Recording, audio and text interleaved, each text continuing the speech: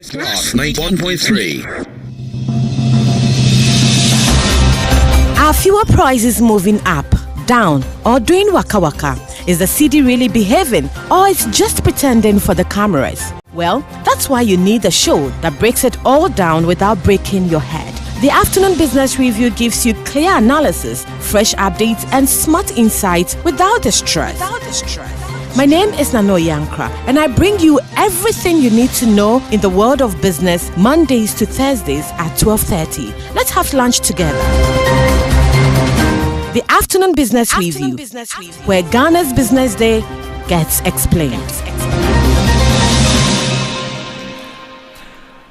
Aquaculture is a crucial pillar of Ghana's economy, generating thousands of jobs, significantly contributing to national gross domestic product, that is GDP, and providing essential animal protein.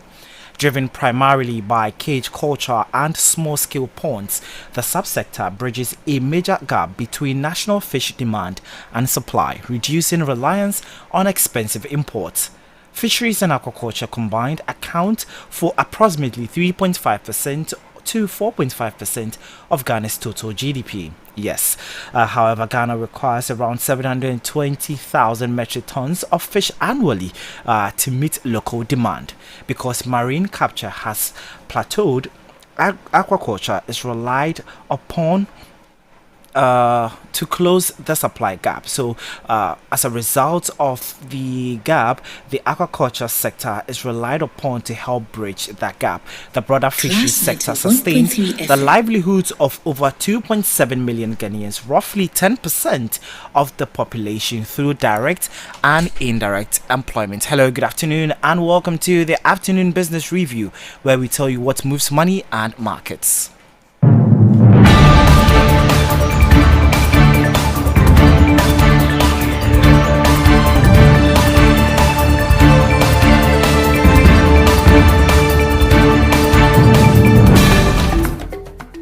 So my name is Agyemang Prempeh, and this is how we start the Afternoon Business Review here on Class 91.3 FM. Let's start with the commodities market, and let's check how much crude oil is selling on the international market. So for crude oil, it is going for $75 per barrel. Gold is being pegged at $4,226 per ounce, and cocoa is priced at $4,143 per ton.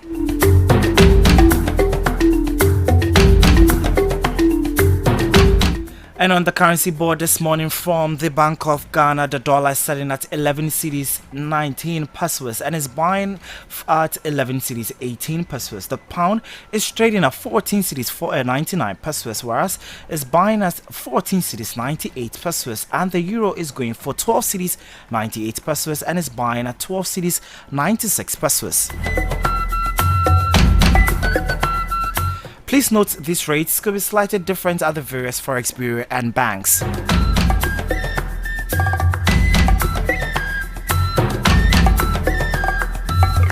So from the currency markets, let's check our stocks, and Caitlin Dazi of Data Bank has more.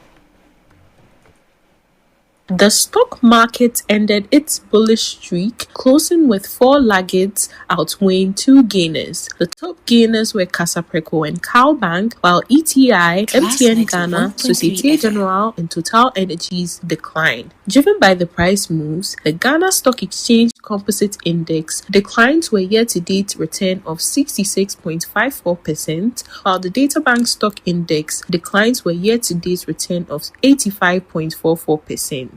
MTN Ghana and GTB Bank traded the most, accounting for 95.05% of the market turnover after trading 3.48 million shares across 23 counters. For Databank Research, Caitlin Dazi.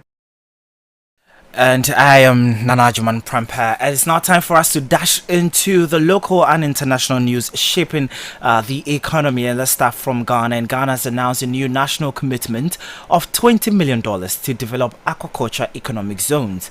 The initiative aims to boost sustainable fish production, attract investment, create jobs, and strengthen food security. Class 91.3 FM. Speaking at the 11th Ocean Conference in Kenya yesterday, the Fisheries Minister, Emilia Arthur, said Ghana has expanded the inshore exclusive zone reserved for artisanal fishers from 6 to 12 nautical miles to protect and support efforts to conserve 30% of the world's ocean by 2030. Listen.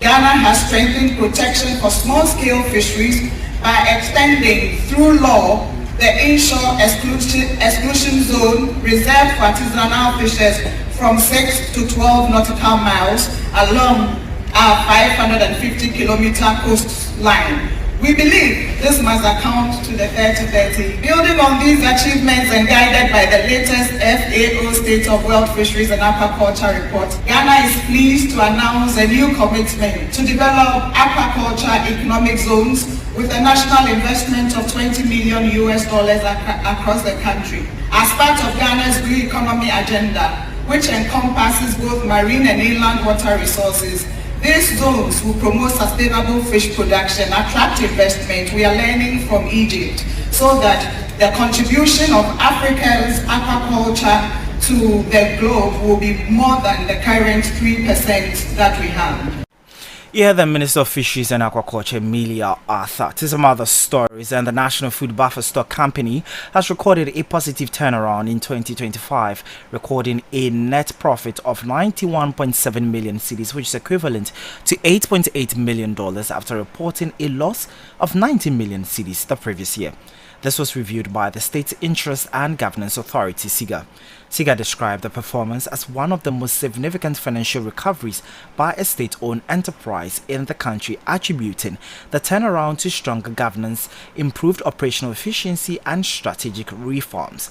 And on the international front, Apple plans to raise the prices of its products as the cost of the memory chip it uses has surged. Tim Cook, Apple's outgoing chief executive, told the Wall Street Journal that price increases were unavoidable as the situation around memory chips had become unsustainable.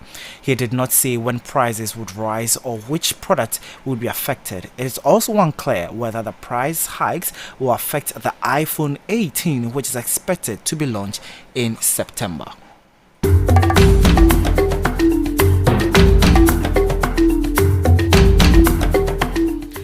So it's 43 minutes past the hour 12, and now let's move on to our big conversation. And today we are discussing the producer price inflation, which has moved from 5.8% in 2026, with mining as the largest contributor. So we have a development analyst or economist, I should say, on the line, Dr. Hayford Irako. Hello, Doc. Good afternoon, and thanks for joining us. Good afternoon, my brother. How are you? I'm fine, thank you. How are you yourself? I'm fine. Thank you for asking. Yeah, we thank God. So we're about to start the conversation, but I just want to give our listeners a little preamble as to the topic for today. So today's conversation is centered on Ghana's producer price inflation, which has increased to 5.8% in May 2026. Up from 2.7% recorded in April. So that's the latest coming in from the Ghana Statistical Service. And according to the service, this was largely driven by the mining and quarry sector. So, Doc, from your point of view, where you sit as an economist, 2.7% recorded in April, 5.8% recorded in May. How is significant? What's your initial reaction to this uptick? Well, thank you very much. I think that it's always good to interpret it in context. And so relative to May 2025, we have experienced a producer price inflation of 5.8. And so for businesses, this signals improving cost conditions in the short term.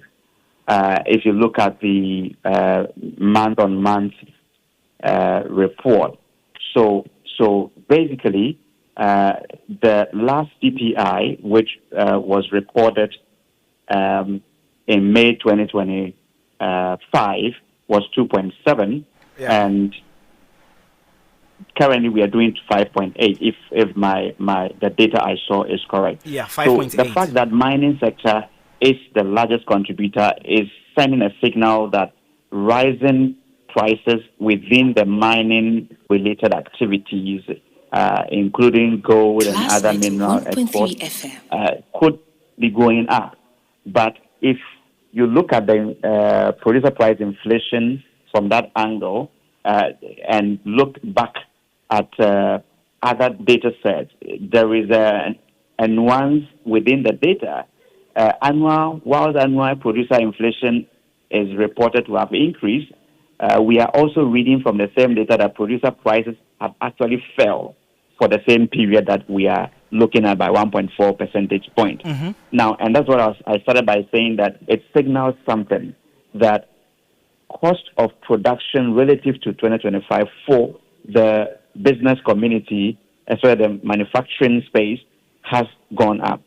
But recall that not long ago we have been talking extensively about the fact that cost of living is really high, according to the different data sets. So what this is suggesting is that from the consumer perspective, the cost of living pressure is moderately easing.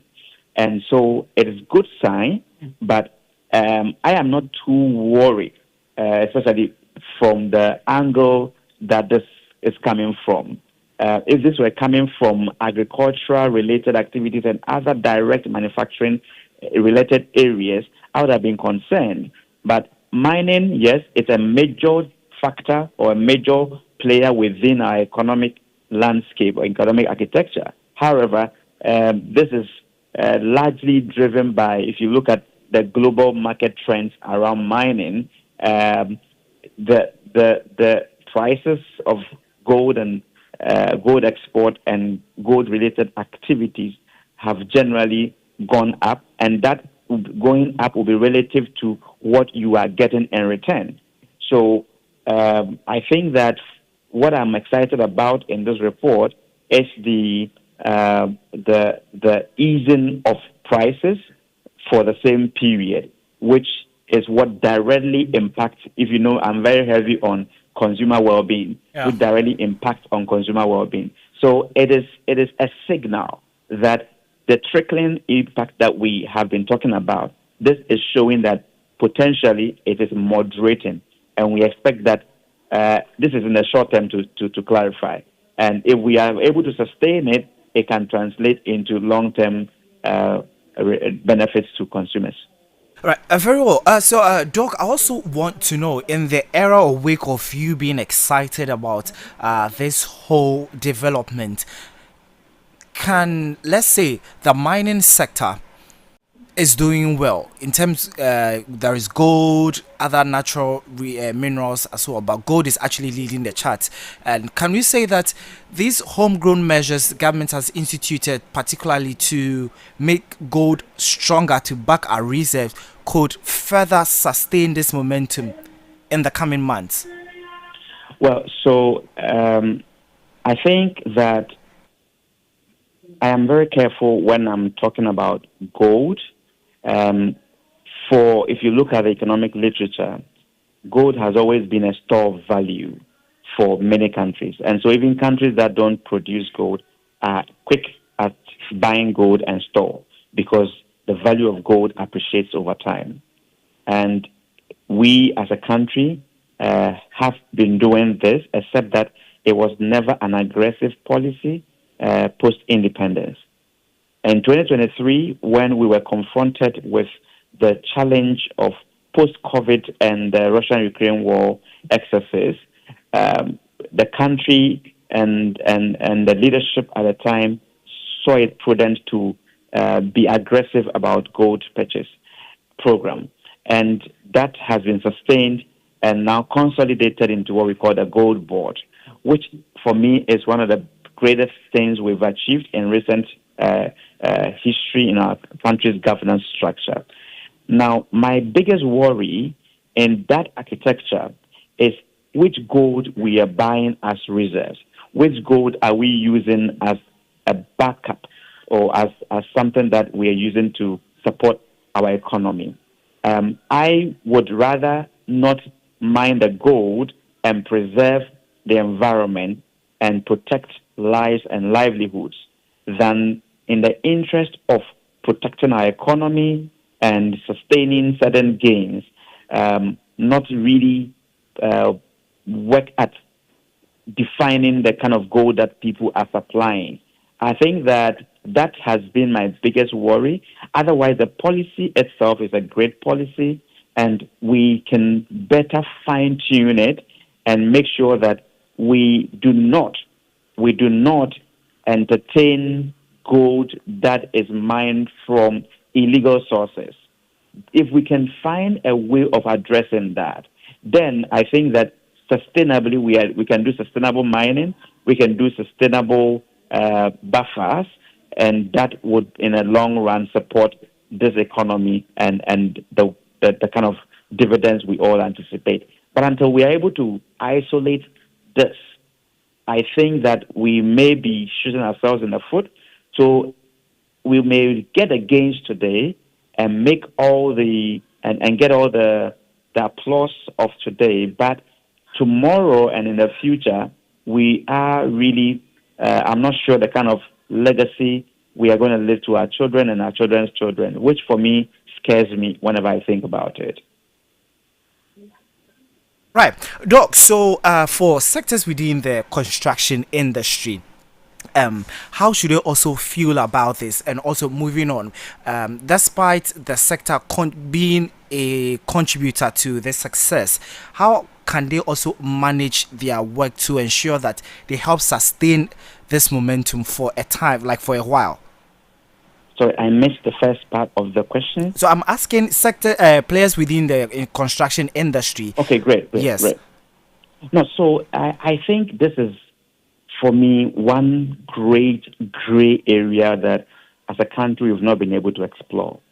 I get concerned when everything construction, and if you want to even limit construction to road construction, has been the responsibility of government.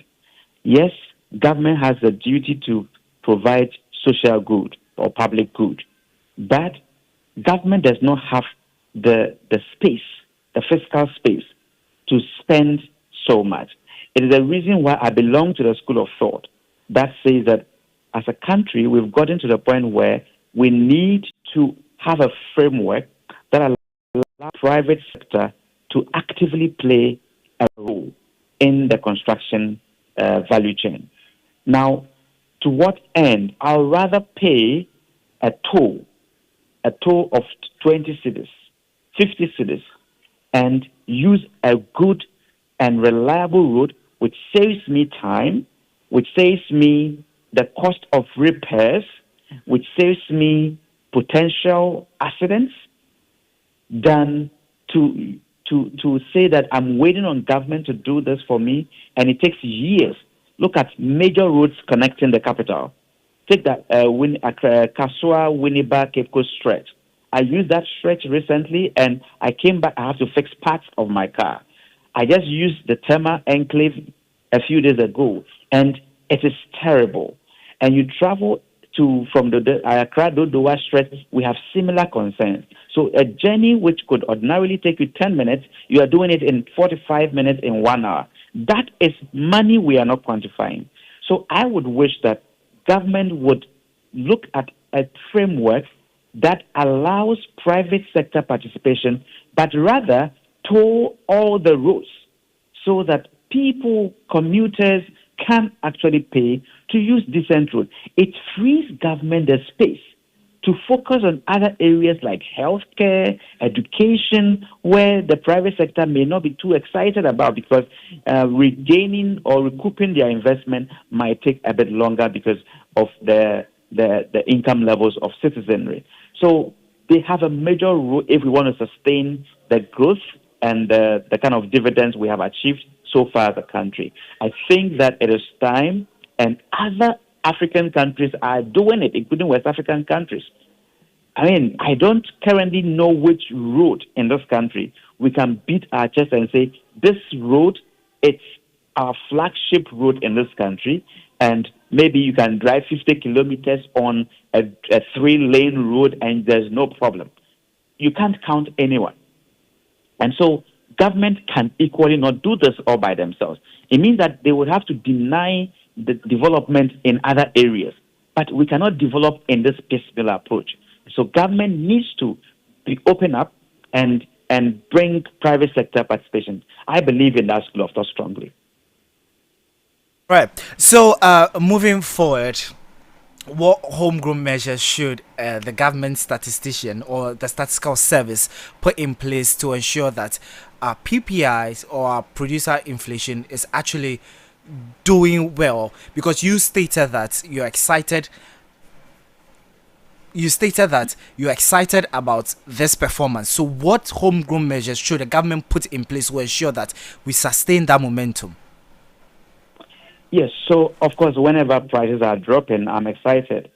But we need to see what within, because like we are told in the data, this inflation or the rise in the PPI is as a result of, it's driven by the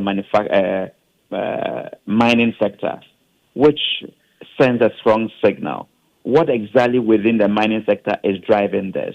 How can we augment it to make sure that we can manage that?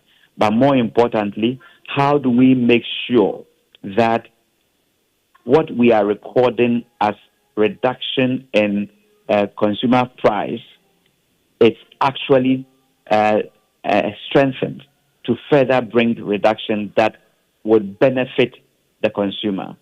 Now, specific homegrown policies, like I started with the road infrastructure, it's a big one.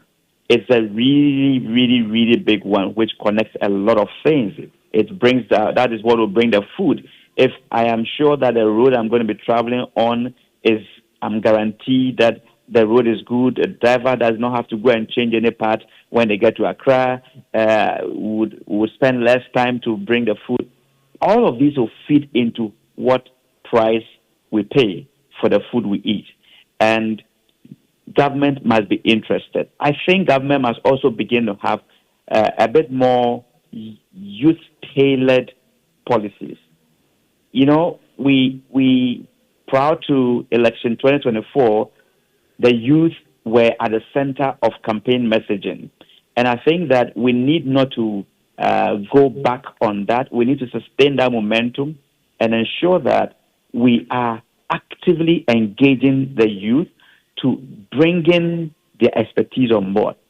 I get concerned when, for example, people are being given government flagship programs, DAOs, and they are expecting that they want to go into some entrepreneurial activity in agriculture, in poultry production.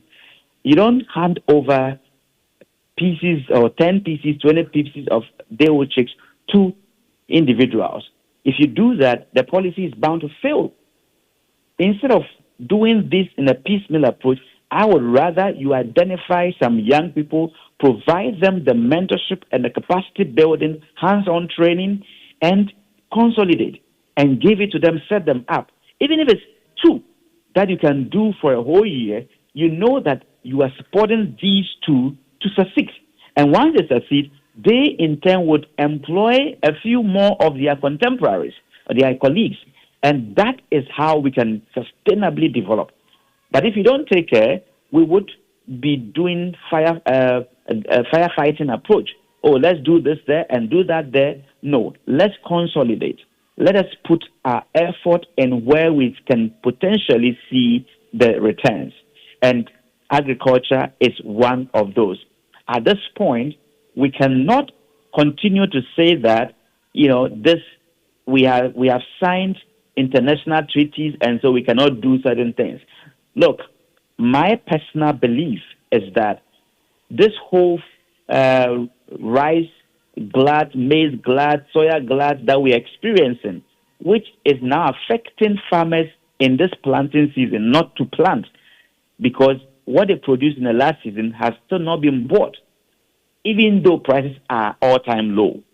Okay. Government can become the major buyer of these things. Mm-hmm. Leave international, those who want to import. But if government decides that all senior high schools going forward, every rice you consume would be a locally produced rice. That is market for local producers. Every maize is locally produced maize. Everything, unless we cannot find local substitutes, it has to be local. All the security agencies, the training schools, and all the related things, once it is public resources, it must come from locally produced goods. If we do that, automatically we generate market for local production. And that is another way of ensuring that our PPI drops. Okay. But otherwise, the local production will go down, and then suddenly import prices would shoot up. Immediately our exchange rate begins to give up. Right. And then the impact on the economy becomes adversarial. And so I think that there are several things government can look at. And for me, agriculture, not just agriculture production, but marketing is a big thing. I am involved in a lot of agri-food system capacity building and initiatives. And I can tell you on authority that one of the biggest challenges we have is not production. It's about marketing of these goods. And so government must be interested in whatever is produced in this country, the assurance of and who is using it. Government providing that assurance that I would offtake it. Even if it's at the current all-time low prices, it gives that assurance, and people can go into production. Very well. Thanks for your time and sharing your thoughts with us, Dr. Hayford Ayrakwa, head economist, development economist, Dr. Hayford Ayrakwa. So that was our conversation for today on the big conversation on the afternoon business review with me, Agyemang Prempeh, sitting for your regular host, Nanoye Ankra. We will be back on Monday with another episode of the afternoon business review. Thanks for your time and keep listening to Class 91.3 FM. Good afternoon.